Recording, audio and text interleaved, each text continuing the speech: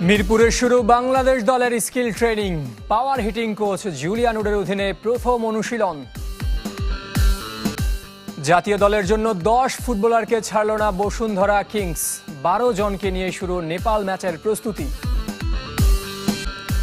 আজ শুরু ইউরোপের শীর্ষ 3 লিগের নতুন মৌসুম। রাতে নামছে ইংল্যান্ড চ্যাম্পিয়ন লিভারপুল।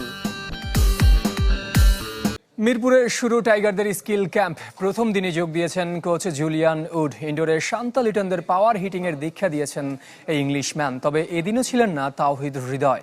মায়ের অসুস্থতার জন্য 19 আগস্ট পর্যন্ত ছুটি নিয়েছেন তিনি। মাঠে সবার আগে হাজির জুলিয়ান উড। ড্রেসিং রুমের সামনে শিষ্যদের অপেক্ষায় পাওয়ার হিটিং কোচ ফিল সিমন্সকে পেয়ে মুখে হাসি এই ইংলিশম্যানের। এরপর একে একে টাইগার ক্রিকেটারদের সাথে পরিচিত হলেন জুলিয়ান উড। সবার আগে মোস্তাফিজুর রহমান। কাটার মাস্টার এবার পাওয়ার হিটিং এর মন্ত্র আয়ত্ত করতে চান। সৌম্য, শান্ত, পারভেজ ইমনরাও স্বাগত জানিয়েছেন তাদের নতুন গুরুকে। বৃহস্পতিবার ঢাকায় এসেছেন pace bowling coach Shaun Tait. তাসকিনের সাথে লম্বা সময় ধরে আলোচনা করলেন নাহিদ রানা, তানজিম সাকিবরাও উজ্জীবিত। স্কিল ট্রেনিং শুরুর আগে মূল মাঠে টিম মিটিংও সেরে নিয়েছে টাইগাররা। ফিল সিমন্সের পর জুলিয়ান উডও সবাইকে দিয়েছেন নিজের বার্তা। এরপর ফিটনেস ট্রেনার নাথান কেলির অধীনে রানিং করেছেন ক্রিকেটাররা। তবে এদিনও অনুশীলনে ছিলেন না তাওহিদ হৃদয়।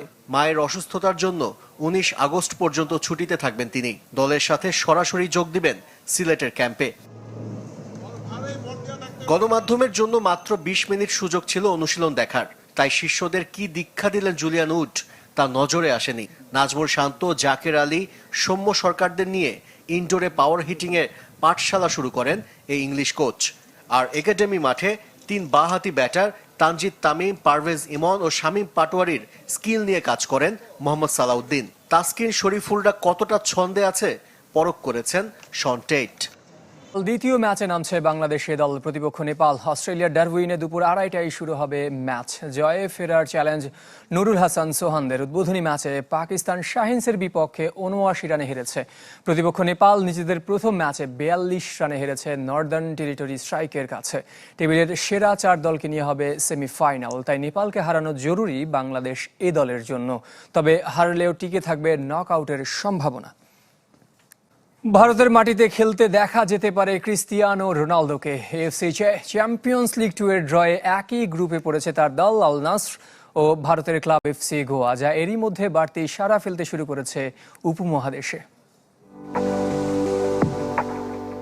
সৌদি আরবে পাড়ি জমানোর পর থেকেই ছিল সম্ভাবনা, কিন্তু গেল 2 আসরে তা হয়নি। এএফসি চ্যাম্পিয়ন্স লিগে দক্ষিণ এশিয়ার কোনো ক্লাবের বিপক্ষে খেলতে হয়নি রোনালদোর আল নাসরকে। তাই এতদিন অধরাই থেকে গেছে উপমহাদেশের মাটিতে CR7-এর খেলা। গেল মৌসুমে সৌদি প্রো লিগে তৃতীয় হয়ে এবার এএফসি চ্যাম্পিয়ন্স লিগের দ্বিতীয় স্তরে নেমে গেছে সৌদি জায়ান্টরা, যেখানে খেলবে ভারতের 2 ক্লাব মোহনবাগান ও এফসি গোয়া। কুয়ালালামপুরের ড্রয়ে শেষ পর্যন্ত ভাগ্যের শিকি ছেড়েছে এফসি গোয়া সমর্থকদের। পড়েছে আল নাসরের সাথে। ডি গ্রুপের বাকি 2 দল ইরাকের আল জাওরা ও তাজিকিস্তানের এফসি ইস্তিকলাল। যদিও এখনো চূড়ান্ত হয়নি টুর্নামেন্টের গ্রুপ পর্বের সূচি, তাই ঠিক কবে ভারতের মাটিতে পা পড়বে রোনালদোর তা অজানা। আবার সে ম্যাচে CR7 খেলবেন কিনা তাও নিশ্চিত নয়। তবে থেমে নেই পর্তুগিজ তারকাকে নিয়ে ভারতীয় সমর্থকদের উন্মাদনা। ড্রয়ের পর থেকেই সামাজিক যোগাযোগ মাধ্যম থেকে খবরের শিরোনাম সবখানেই রোনালদো। এর আগে ভারতের মাটিতে দেখা গেছে কিংবদন্তি Pele, Diego Maradona, Lev Yashin, Eusebio, Zinedine Zidane, David Beckham, Lionel মেসির মতো তারকাদের। তবে তাদের বেশিরভাগই এসেছিলেন সামাজিক বা বাণিজ্যিক কারণে। অনেকেই আবার মাঠ মাতিয়ে গেছেন প্রীতি ম্যাচ খেলে। নিজেদের মধ্যে ম্যাচ খেলে ওয়ানডে বিশ্বকাপের প্রস্তুতি নেবে নারী দল। 18 আগস্ট থেকে উইমেন্স চ্যালেঞ্জ কাপ আয়োজন করতে যাচ্ছে বিসিবি। লাল ও সবুজ দলে ভাগ করা হবে নারী ক্রিকেটারদের। এছাড়াও ছেলেদের অনূর্ধ্ব 15 দলও থাকছে। বিকেএসপিতে অনুষ্ঠিত হবে সব মিলিয়ে 6 ম্যাচ। 30 সেপ্টেম্বর শুরু নারীদের ওয়ানডে বিশ্বকাপ। আয়োজক ভারত হলেও পাকিস্তান ও লঙ্কানদের ম্যাচগুলো হবে শ্রীলঙ্কায়। 2 অক্টোবর শুরু বাংলাদেশ দলের মিশন, প্রতিপক্ষ পাকিস্তান। জানাবো ফুটবলের খবর। অনূর্ধ্ব 17 কিশোরী সাফ খেলতে এখন ভুটানে বাংলাদেশ দল। শুক্রবার সকালে ঢাকা ছেড়ে দুপুরে থিম্পুতে পা রাখেন ফুটবলাররা। শনিবার থেকে শুরু হবে অনুশীলন। পিটার বাটলার ছুটিতে থাকায় আসরে বাংলাদেশ দলের কোচের দায়িত্বে মাহবুবুর রহমান লিটু। 23 সদস্যের স্কোয়াডে এবার নতুন 8 জন। 20 থেকে 31 আগস্ট চাংলিমিথান স্টেডিয়ামে হবে এবারের টুর্নামেন্ট। 22 আগস্ট লাল সবুজ কিশোরীদের প্রথম ম্যাচ ভারতের বিপক্ষে। অর্ধেক ফুটবলার নিয়ে শুরু হলো জাতীয় দলের অনুশীলন। 10 ফুটবলারের কাউকেই ছাড়পত্র দেয়নি বসুন্ধরা কিংস। হামজা চৌধুরীকে নিয়েও দেখা দিয়েছে নতুন দোলাচল। উদ্ভূত পরিস্থিতিতে 12 জনকে নিয়ে জাতীয় স্টেডিয়ামে শুরু হাভিয়ার কাবরেরার পাঠশালা। ক্যাম্প শুরুর দুদিন পর মাঠের অনুশীলনে বাংলাদেশ দল। তবে 24 জনের স্কোয়াডে নেই অর্ধেক ফুটবলার। তাই অনেকটা বিরক্ত হেড কোচ হাভিয়ার কাবরেরা। প্রথম দিন জাতীয় স্টেডিয়ামে হয়েছে ক্লোজড ডোর অনুশীলন। শুক্রবার দুপুরে বসুন্ধরা কিংসের চিঠি পেয়েছে ফুটবল ফেডারেশন। সেপ্টেম্বরে নেপালের বিপক্ষে 2 প্রীতি ম্যাচের প্রস্তুতির জন্য 10 ফুটবলারের কাউকে ছাড়ছে না ক্লাবটি। ফুটবলারদের ইনজুরি মুক্ত রাখার জন্য এমন সিদ্ধান্ত চিঠিতে দাবি করেছে ক্লাবটি। পরবর্তীতে ছাড়পত্র দেবে কিনা তা অবশ্য উল্লেখ নেই। অনূর্ধ্ব 23 দলের জন্য কিউবা মিচেলকে না ছেড়ে অন্য 3 ফুটবলারকে ছাড়পত্র দিয়েছে কিংস। আমরা শুরু করেছি ট্রেনিং। আপাতত আমরা আমাদের যারা আছে তাদের সবার সাথে আলোচনা চলছে যে এটাকে নিয়ে এখন কি করা যায়। তো সেইটার সিদ্ধান্তটা যেহেতু বসুন্ধরার প্লেয়ার, তাদের সাথে আলোচনা চলছে।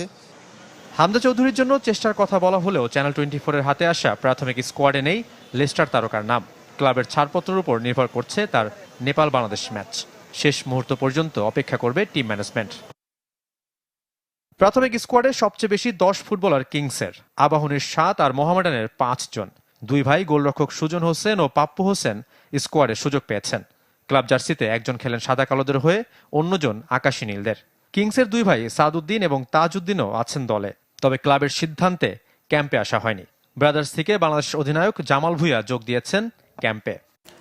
কারাবাও কাপের ফার্স্ট রাউন্ড থেকে বিদায়ের 72 ঘন্টা কাটতে না কাটতে আবারও মাঠে নামছে লেস্টার সিটি।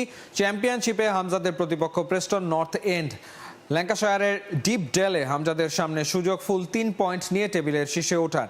এদিকে কারাবাও কাপে গোল করা হামজার সুযোগ আছে স্টার্টিং 11-এ মাঠে নামার। বিস্তারিত সেই একই পাওয়ার, সেই একই রেজাল্ট। কারাবাও কাপে লেস্টারের জার্সিতে হামজার গোল অনেকটা 5 বছর আগে নিউক্যাসল ইউনাইটেডের বিপক্ষে গোলের সিমিলার। হামজার পাওয়ারফুল শটে অপোনেন্টের ডিফেন্স ভেঙে চুরমার। কিন্তু আফসোস, এই হাসি নিয়ে হামজা মাঠ ছাড়তে পারেননি।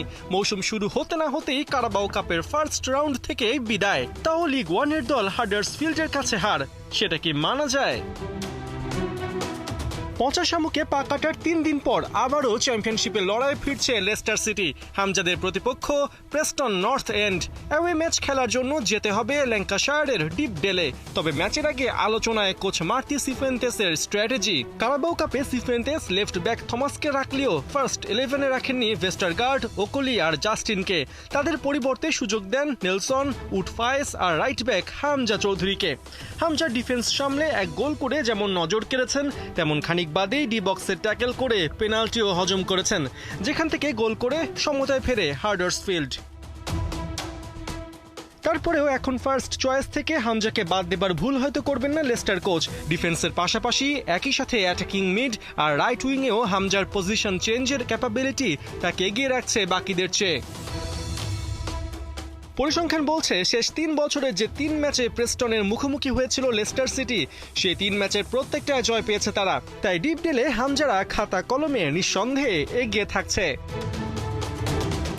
অন্যদিকে গেল মৌসুমে মাত্র 1 পয়েন্টের জন্য চ্যাম্পিয়নশিপ থেকে রেলিগেটেড হয়নি প্রেস্টন। তার উপর ঘরের মাঠেও সাম্প্রতিক রেকর্ড তাদের পক্ষে নয়। ডিপ ডেলে শেষ 6 ম্যাচে একটাও জিততে পারেনি তারা। 4টাতে হার আর 2টাতে আছে ড্র। সব মিলে দুর্বল প্রেস্টনের বিপক্ষে পয়েন্ট হাতছাড়া করার কোনো সুযোগই নেই লেস্টারের। আর জয় পেলেই তারা চলে আসবে চ্যাম্পিয়নশিপ পয়েন্ট টেবিলের শীর্ষস্থানে।